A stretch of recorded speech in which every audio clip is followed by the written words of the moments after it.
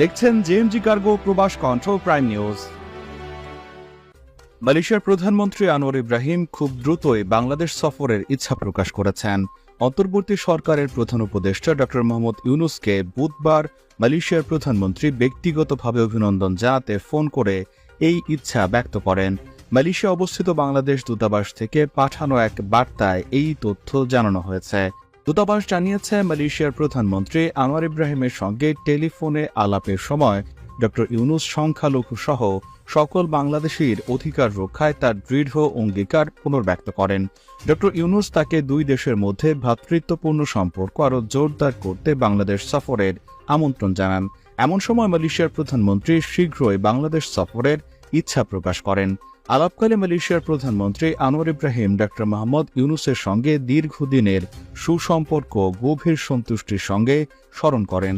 Malaysia অন্তর্বর্তী সরকারকে সর্বাত্মক সহায়তা দিতে প্রস্তুত মর্মে তিনি ড ইউনুসকে আশ্বস্ত করে বলেন, বাংলাদেশকে একটি সমৃদ্ধ এবং সত্যিকার গণতান্ত্রিক রাষ্ট্র হিসেবে গড়ে তোলার প্রচেষ্টায় মালয়েশিয়া বাংলাদেশের অংশীদার হতে প্রস্তুত। অধ্যাপক ড ইউনুস মালয়েশিয়ার প্রধানমন্ত্রীকে তার ফোনের জন্য ধন্যবাদ জানান এবং তিনি আশা প্রকাশ করেন বাংলাদেশি কর্মীরা মালয়েশিয়ায় আরও কাজের সুযোগ পাবেন।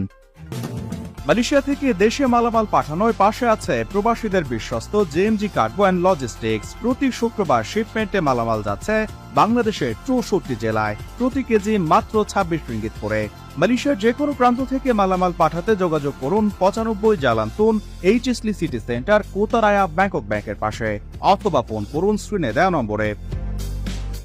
উল্লেখ্য, এর আগে গত 10 আগস্ট প্রধানমন্ত্রী আনোয়ার ইব্রাহিম তার সামাজিক যোগাযোগ মাধ্যমে ড ইউনুসের জন্য উষ্ণ অভিনন্দন বার্তা প্রকাশ করেন। ওই বার্তায় তিনি রবীন্দ্রনাথ ঠাকুরের অমর কবিতা চিত্তজেথা ভয়শূন্যর উদ্ধৃতি দিয়ে দেশের তরুণদের ভীষণ এবং অদম্য শক্তির প্রশংসা করেন। উল্লেখ্য, অধ্যাপক ড ইউনুস মালয়েশিয়ার আল বুখারী বিশ্ববিদ্যালয়ের চ্যান্সেলর, মালয়েশিয়ার প্রধানমন্ত্রী, বাংলাদেশের একমাত্র নোবেল শান্তি পদক বিজয়ী অধ্যাপক ড ইউনুসের দীর্ঘদিনের বন্ধু এবং বাংলাদেশের একজন শুভাকাঙ্ক্ষী হিসেবে পরিচিত। উল্লেখ্য, সারা বাংলাদেশে বিপুল আন্দোলন এবং গণ অভ্যুত্থানের মুখে বাংলাদেশ ছেড়ে পালাতে বাধ্য হন সাবেক প্রধানমন্ত্রী শেখ হাসিনা। এ সময় ভারতে আশ্রয় নেন তিনি। এমত অবস্থায় দেশের আইনশৃঙ্খলা পরিস্থিতির অবনতি হলে দ্রুতই দেশে একটি অন্তর্বর্তী সরকার গঠনের প্রয়োজনীয়তা দেখা যায়। ছাত্র জনতার সিদ্ধান্তের ভিত্তিতে ড মোহাম্মদ ইউনুসকে এ সময় প্রধান উপদেষ্টা করে নতুন সরকার গঠিত হয়। একই সঙ্গে আরও 17 জন এই সরকারে ঠাঁই পান। বিভিন্ন মন্ত্রণালয়ের দায়িত্ব বিভিন্ন উপদেষ্টাদের দেয়া হলেও 27টি মন্ত্রণালয়ের দায়িত্ব এখন ড মোহাম্মদ ইউনুসের অধীনেই রয়েছে। এ সময় বিভিন্ন আন্তর্জাতিক মহলের কাছ থেকে উষ্ণ অভিনন্দন পেয়েছেন ড মোহাম্মদ ইউনুস। একই সঙ্গে বিভিন্ন আন্তর্জাতিক সম্প্রদায়ের সঙ্গে যোগাযোগ রক্ষাও করছেন তিনি। প্রবাস কণ্ঠ নিউজ ডেস্ক।